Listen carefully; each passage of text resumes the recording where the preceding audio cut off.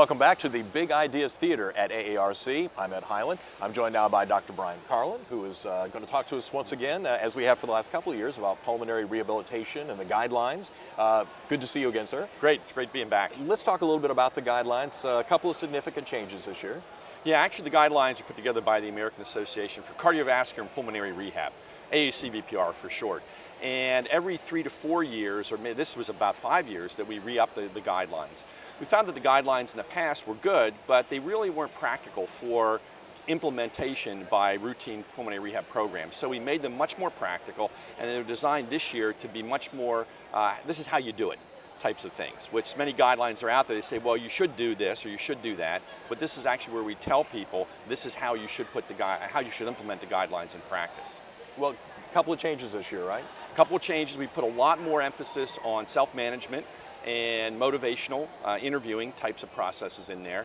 And we've also made it such that you can download parts of standardized action plans, so to speak, that you don't have to really recreate these in your own programs. Again, making it much more user-friendly. Like you say, much easier to do it that way. And we're planning on actually having it updated online. So instead of waiting for 5 years till something new comes out, what we're going to be doing is putting it online with new updates every year. How do you anticipate caregivers will be utilizing these guidelines? Well, I think that most people out there, it's amazing to see from this meeting compared to what we talked about 10 years ago or 15 years ago, that yesterday in one of the meetings I was giving, almost all the therapists that were at present in the room are participating in pulmonary rehab now. 10 years ago, it might have been a third of the room or a fourth of the room. So we really need to standardize the educational levels of all the therapists coming into the field, because most of us aren't taught rehab at all in our training programs.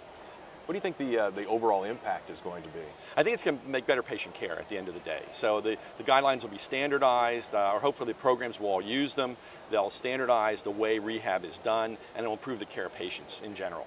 We talk all the time here at AARC about the continuing education and the guidelines. I mean, it's the milepost. It's the way that you are supposed to follow the rules of the road. Oh yes, and it's just not you should do pulmonary rehab. This is how you do it, which is what we tried to do in this journal, or the book that came out about 6 months ago. Now, are they already online? Or? They're already online. They're available through Human Kinetics Publishers, and they're fairly cheap too. It's only like $85 or so.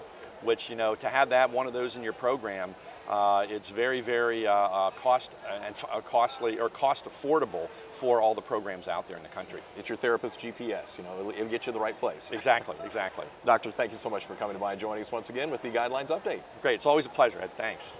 And this is the Big Ideas Theater at AARC. I'm Ed Highland.